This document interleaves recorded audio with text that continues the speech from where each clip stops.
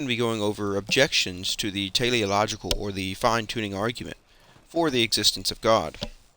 So before we get into any of the objections, I'd like to first explain what the argument is and how to detail it in a deductive form. I'm going to be taking the William Lane Craig approach on this, very short way of describing all of the premises.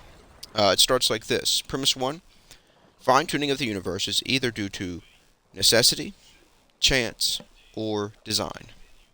Premise 2, it is not due to necessity or chance. Therefore, it is due to design. Now, when we say fine-tuning, we are looking at the principles of the universe, not the universe itself. Many atheists are really misleading this part of the argument, and maybe it's at fault of some of the Christians or just theists in general. Maybe it's on our fault because we sometimes may not explain things all the way correctly in this type of idea. So we have to remember that theists aren't trying to say that it's the universe is fine-tuned, therefore God. More so what we're trying to say is that the parameters, the laws of the universe are tuned, or fine-tuned. This is a religiously neutral statement. This is what physicists tell us, so you don't have to be a theist to say these laws are fine-tuned. And we can look at some examples of fine-tuning, if this would help also. One would be the atomic weak force. If its strength were altered by just one part in 10 to the 100th power, then it would lead to no life. The cosmological constant is fine-tuned to one part in 10 to the 120th power.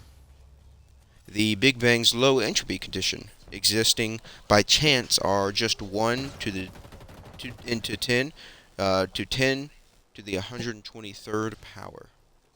So when we see scientists say that the universe is fine-tuned, it's saying a small deviation from these values would destroy life-prohibiting values. So now looking back to the argument, premise 1 is not really detestable when we're looking at it in all of these kinds of ideas that I just described. Like I said, this is just a possible explanation of all of the fine-tuning options. Premise 2 states that it isn't chance or necessity, so this is where we would have to focus on. This is where the objections would come up from our atheist friends. So that's what we'll start with. We'll have to see how do we look at all of these. So we'll be working on necessity and chance here, about why we can explain why it can't be either of those two options, and it would have to be something else, like design. So one that I hear, some people call it, it's kind of used as the anthropic principle. It usually goes something like this. The only reason that these are fine-tuned is because we are here to witness it. Had it been different, we'd not be here. So it's necessary in this proposal.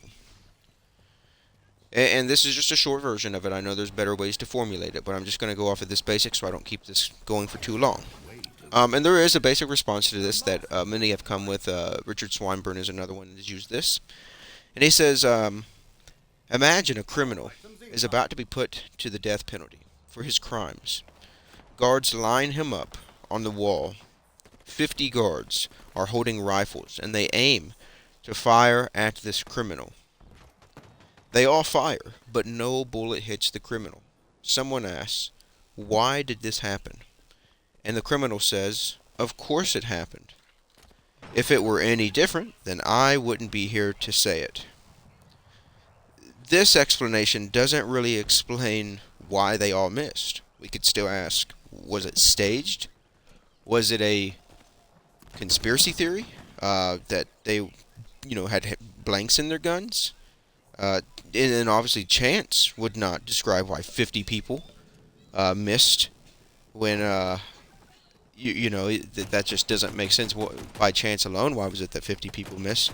And necessity, because we know it could have been different. Had one person actually landed their shot, then it would have been different. So I think this is a good way to explain why this anthropic principle argument doesn't really do the best to explain. Another one is called the puddle analogy. It basically states that there's water in a hole, a little puddle if you'd like to say it that way. The puddle looks around and says, wow, someone must have made this hole for me, when really it was formed to the whole, not the other way around. So the water just adapted to the environment. And they're saying this is with us. This is what we have done. This is everything about us, as in humans and other life on the planet. Um, but I think the problem with this is that it's saying that we could have evolved differently had things have been set differently. It's partially right, but it's partially wrong. Because on one hand, yes, life would have evolved differently had some of the other ideas have been a little different, like had it been warmer or colder. No one's saying that. Humans and other creatures would have adapted um, to these types of environments. That's just evolution. There's nothing wrong with that type of idea. But what I'm saying is that to get the creatures in the first place, the parameters have to be exactly where they are. Without that, there would be no evolution. You have to have these parameters set specifically into these kinds of ideas. And I gave 3 examples earlier, but there's many, many more. So there is like, I can't even remember what some have said, that there's almost 200 or more of these specific arguments, or not arguments, but fine-tuning examples. There's so many of these to look at. So if you change any of those by a minuscule, just deviate from these just a little bit, then life becomes really difficult. Like, the possibility of it is slim to none, and it's already slim to none, but it becomes even worse if you change this. And I would say it makes it impossible. You're just simply not going to get a life-permitting universe if you change any of these specific values. So that's the things. I think it's not. I don't think a good support to say that chance or necessity really support any of the fine-tuning details. And these are just a few short examples and answers to objections. There are deeper ones, but I want to make this kind of short. I don't want to make it too long. But this is just a basic way to go about explaining some of these things. So I hope you guys enjoyed watching. Let me know what you guys think in the comments below of these arguments.